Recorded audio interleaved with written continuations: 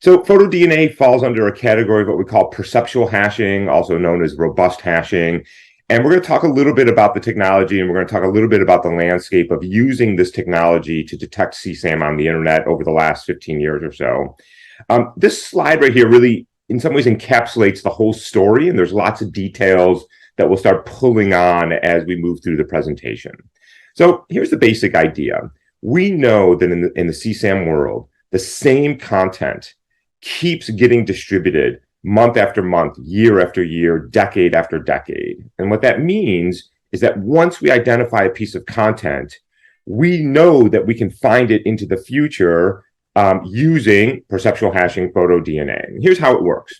We go to an organization like NCMEC or the C3P, and we say, you have previously identified CSAM.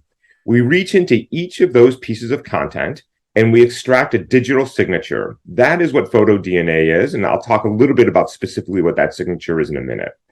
We have these signatures that allow us to identify specific pieces of content. And then at an interactive computer service, a Facebook, a Twitter, a YouTube, whatever it is, a Dropbox, every time an image is uploaded, we extract the signature from that piece of content. We compare it against our database of known CSAM content, and we say yes, no, yes, no, yes, no. And by doing this, we can flag previously identified content. Now, it's important to understand how photo DNA works because there's a lot of misinformation around out in the internet about what it does and what it doesn't do. So let's talk specifically about what that signature is.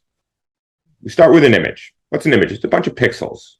So here I've got this big image, color pixel, every pixel is color RGB.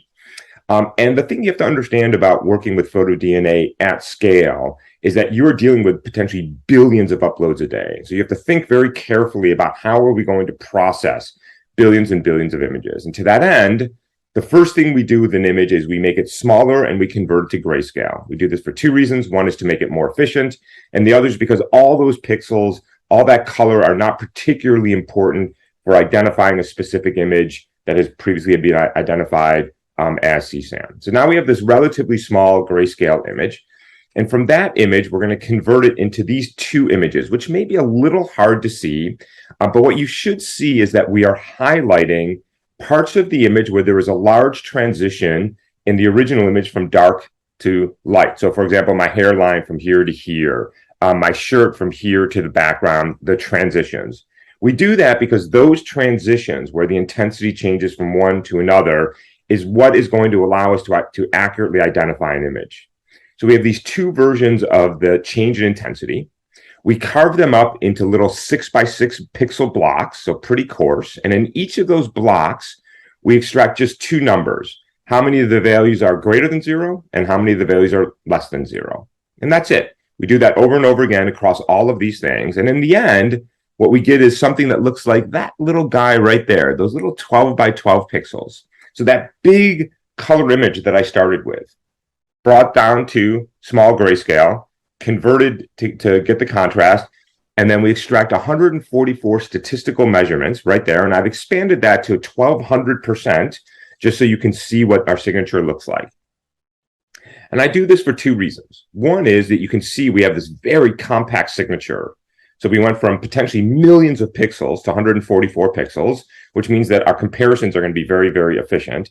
And also, if I hand you this thing, I think you can see that you are going to be hard-pressed to reconstruct something that looks like that original color large resolution image, which means that this is de-identifying.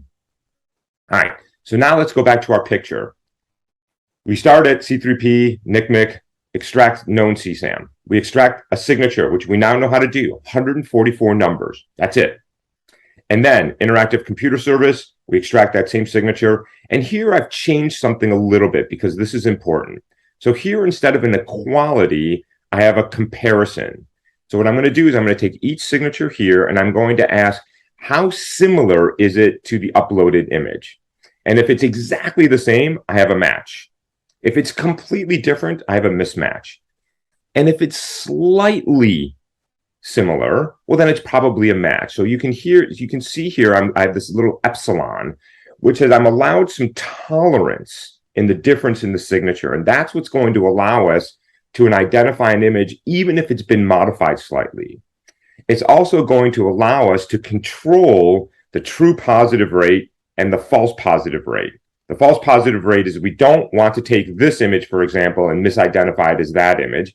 And we can control that with the choice of that threshold right there. And when we designed PhotoDNA with the Microsoft team, set the false positive rate to be 1 in 50 billion, which means you need to see about 50 billion images before you mislabel one image as another. All right, so let's summarize all of that. What is a hash? What is a perceptual robust hash? You convert an image to a bunch of numbers, in our case, 144 numbers. Importantly, there is no AI here. There is no face recognition. There's no image understanding. You are simply saying, you've told me that this is CSAM, and I'm going to identify that image in the future, and nothing else. So you identify previously flagged images. I've made the case that the hash does not reveal image content, and that is important because as you distribute these hashes, you don't want them to be leaking information, and it makes your system less vulnerable to an attack where somebody can try to create a hash that looks like a CSAM image. Importantly here that, and I started off this conversation by talking about efficiency, because when you're going to run PhotoDNA at internet scale, everything has to run very efficiently. You have to be able to compute the hash efficiently. We can. You have to be able to compare to a database that can potentially grow to the hundreds of millions or billions efficiently. And we can do that because of the way we do the comparison and because we're only comparing 144 numbers. I've already said, but I want to emphasize our misidentification rate is 1 in 50 billion. And of course, if there is a misidentification, well, then humans come into the loop and verify that the image is or isn't before any decisions are made in terms of law enforcement. Again, I want to emphasize that we are not doing face recognition. We are not doing AI. We are not doing image understanding. In fact, PhotoDNA is pretty dumb. It knows how to do one thing and one thing only. Find this image, find that image, find this image. And in some ways, that's a feature, not a bug, because it allows us to be respectful of the privacy that is going to invariably involve when you are scanning these types of images. And the last thing I want to say before we start talking about how this thing is being used and what the future is going to look like is that when we designed PhotoDNA, and this was not an accident, it was very much modeled on existing security systems for example, scanning for viruses and malware. So when I send you an email, for example, any attachment is scanned against the database of known viruses and known malware. We have to do that because if we didn't do that, all of our computers would get infected in under an hour. And so how do these systems work? They have signatures for known bad content. In fact, they are called hashes. They're just not perceptual hashes because these aren't images. This is code. So you hash known bad content. And then when you send an email, when you send a text, when you upload a file to a cloud service, everything gets scanned against the known database of harmful content, and it gets flagged. Exactly the system that I just described. Here, we're going after CSAM to protect kids in society. Here, you're going after known bad content to protect yourself and your devices. Now, everything I described is for images. Of course, when we developed PhotoDNA back in 2008, images dominated the landscape of multimedia, both for CSAM and for the internet. In the intervening 14 years or so, video have become the dominant form. And in fact, in the CSAM world, video is now the dominant form. And of course, video is everywhere between TikTok and YouTube. Although there is not, much to my frustration, an industry standard for video hashing, we know how to do video hashing. And the concept is very similar. You take a video now, you can see I've drawn these as videos, and an audio stream, of course, typically attached with a video. You extract a signature in very much the same way. And then when videos and or with audio are uploaded, you extract a signature, and then you compare. We know how to do this. In fact, not only do we know how to do this, we've been doing it for a really long time, just not for CSAM. So if you go over to YouTube, for example, and you try to upload something that is copyright infringing, a John Oliver skit, for example, it will get flagged, and it will get flagged very quickly and very accurately.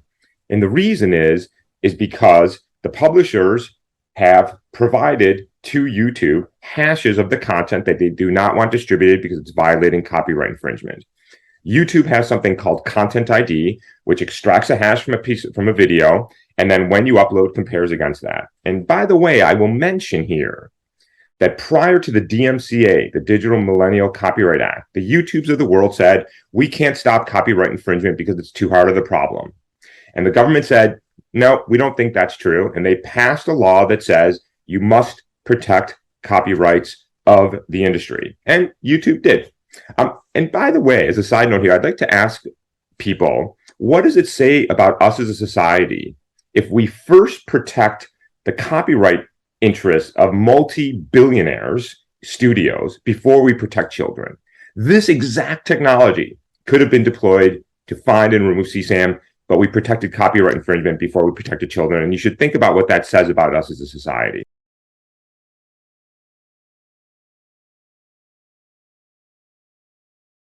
Now, everything I've described, photo DNA, video hashing, image hashing, all assumes that the content is in plain view.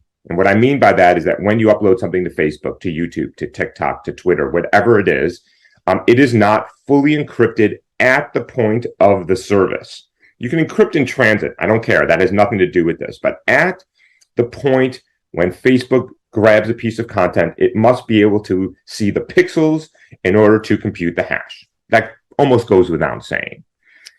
So the typical way that internet transmission happens today is within an encrypted framework, which means I'm the sender. I want to send some content. That content, when it is encrypted, when it leaves my device.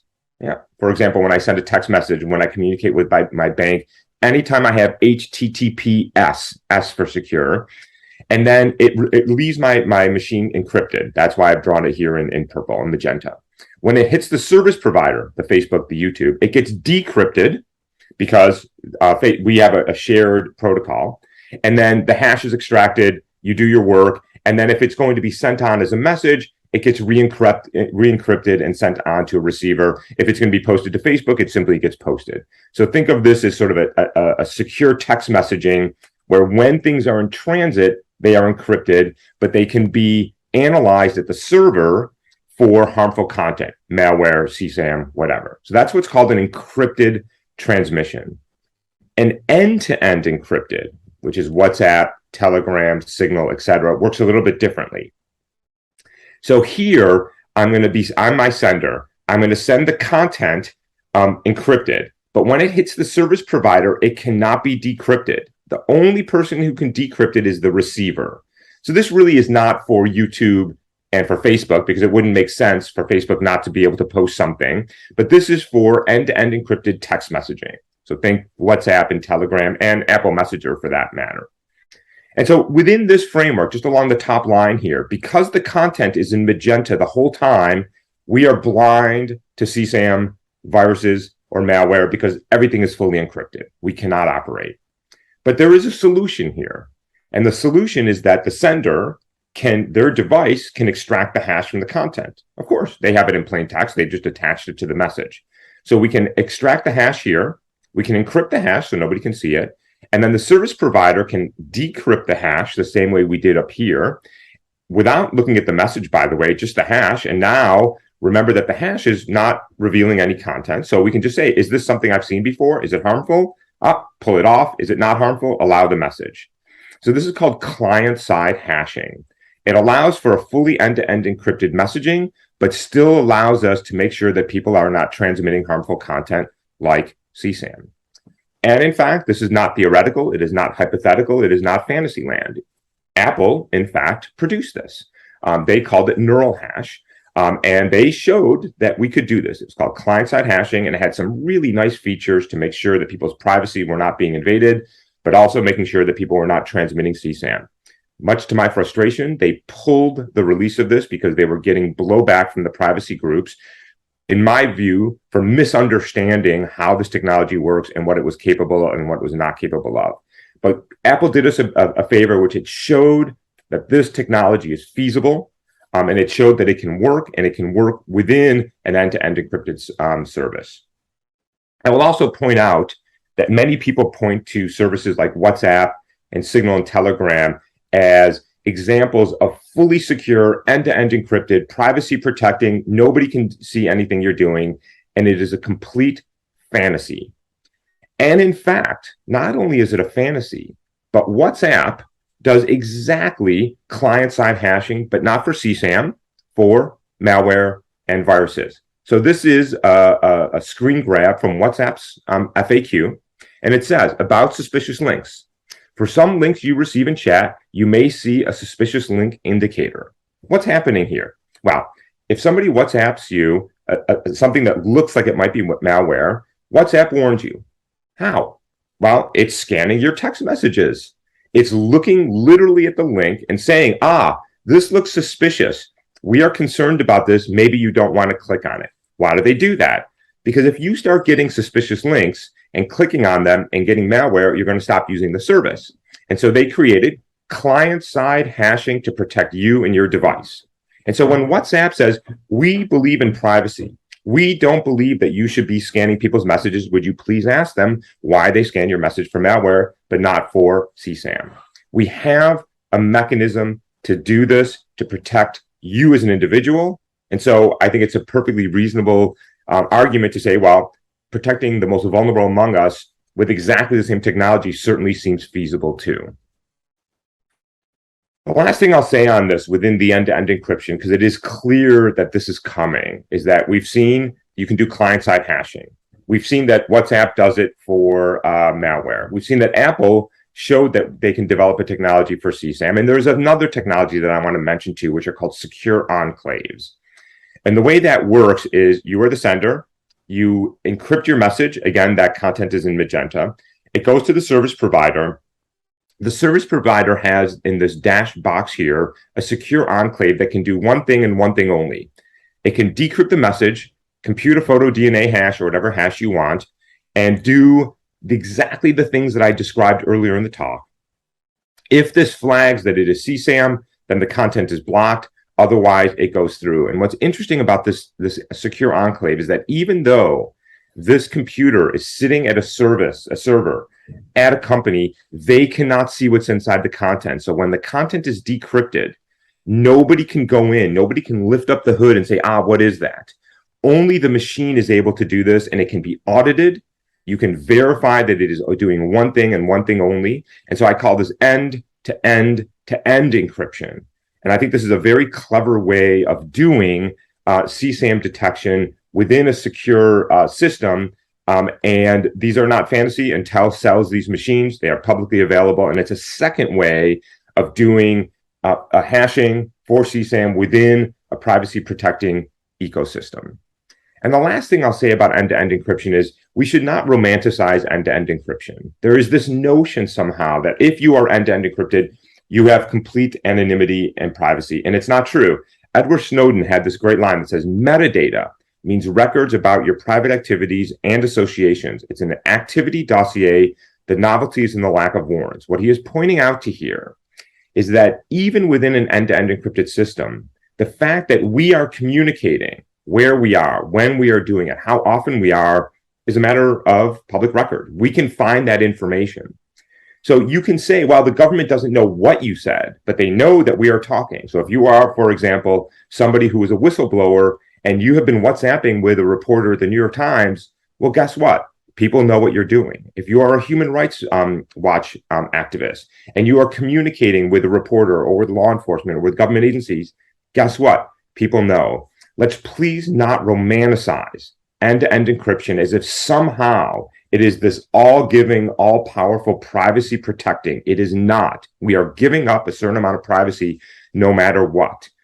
And the client side and the secure enclaves is an incremental change in that privacy with respect to what is already being given up.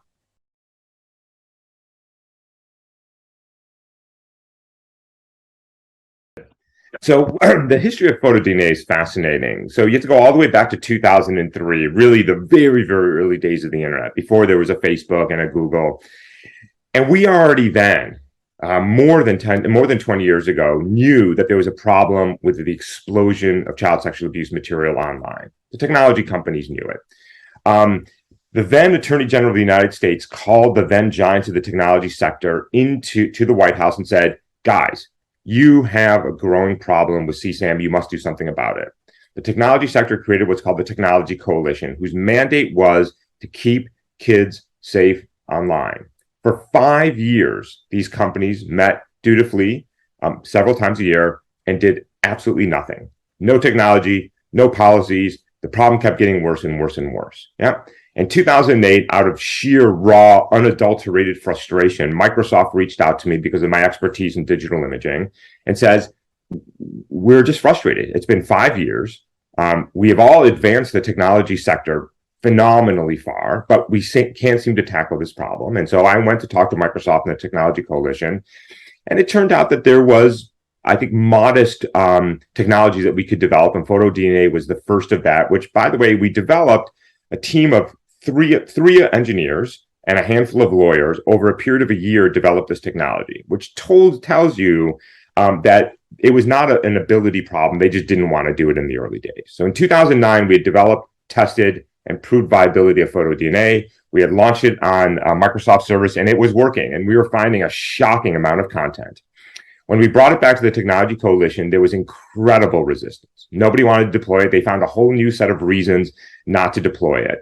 But with public pressure, with government pressure, with media pressure, with harassment, with bullying, we slowly got the companies to start deploying it. But it took years and years and years and years to get into the sort of worldwide distribution that we had.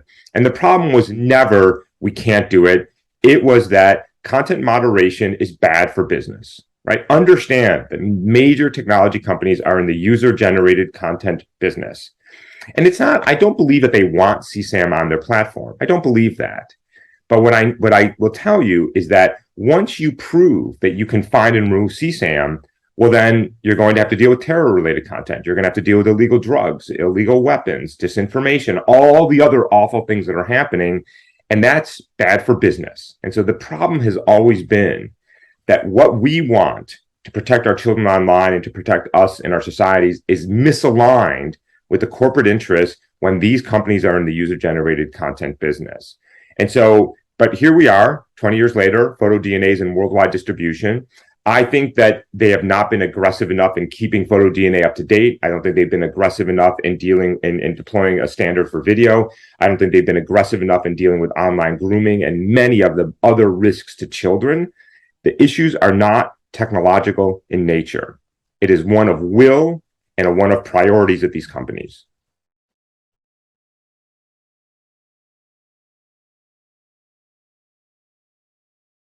Until there's a high-profile case, there's media pressure, the companies don't act. And this has been the case for the last 20 years, so I don't think we should be surprised.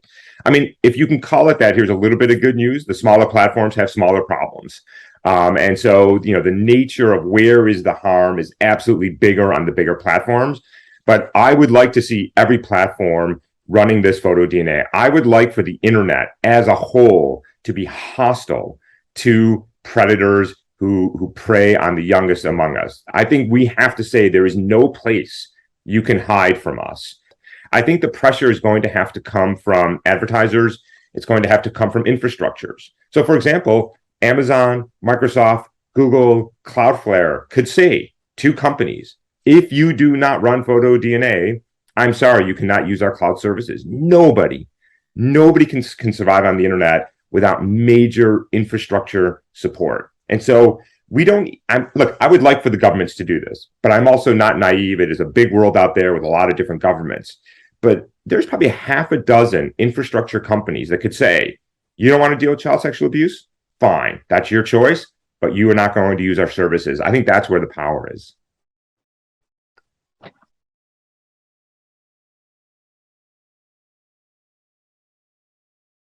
When the CEO of WhatsApp tells you how important privacy is to him, would you please ask him why he scans for suspicious links? Why does he scan for harmful content on their services? You can't have it both ways. And by the way, if they are so concerned about privacy and they don't trust companies, I would like to see whether they are running spam filters and virus filters and malware filters on their own devices. Of course they are. Because if you don't do that, your computers are dead in the water in under 20 seconds, right? We have to stop talking about this as if it's an absolute. By the way, I also really like when Facebook tells you how much they want this to be a free internet, and yet they ban legal adult pornography from their services. Can you imagine this? That Facebook developed a technology to stop the distribution of adult pornography, which is legal, before they developed technology to stop child sexual abuse material, which is, of course, illegal. Why? Because it was in their business interests, because advertisers don't want their content being put up against adult pornography, which if they didn't stop that distribution, it would have been carpet bombed with it. So we have to stop pretending that this is ideological or philosophical. This is a business decision. And I don't have any patience for people who try to make this claim on the backs of some of the most horrific, gut-wrenching content on the internet. It is simply an unacceptable excuse.